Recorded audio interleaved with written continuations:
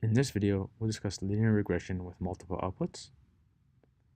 We'll discuss linear regression with multiple outputs and how to produce a prediction using PyTorch. Let's say we have two independent models, y1 and y2. It turns out we can express these models in terms of vectors or tensors. Implement this via simple matrix multiplication. Let's take a closer look at this expression using colors to represent the operations. So we have the first input, and we have our input tensor or vector. Take the first column of W and apply the dot product. We get a value. We then add the scalar value, and we get the first output.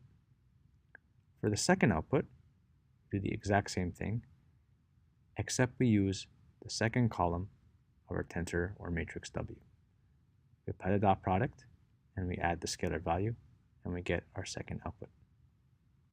We can express this in terms of a graph, where the first set of nodes represent our input x, our edges represent the parameters. We use the second set of nodes to illustrate the function is linear, which are inputs to the second set of nodes, and the second set of edges represent the output. Of course, this generalizes to d dimensions and m outputs. Similarly for the graph. We can produce a prediction using custom modules. Nothing has changed when we create our linear regression class or module, except when we create the object, we'll vary the parameter output size.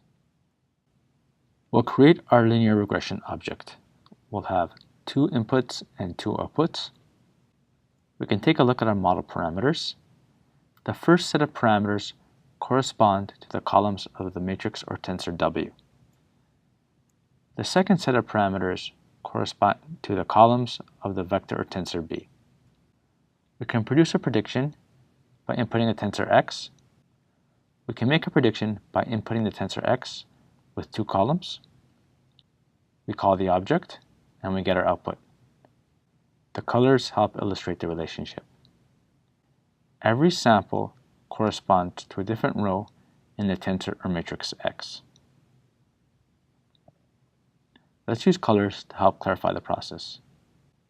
The first output for the first sample corresponds to the dot product between the first row of the matrix or tensor X and the first column of the matrix or tensor W. We then add the bias term B. We get the first output. We repeat the process for every row in the tensor X.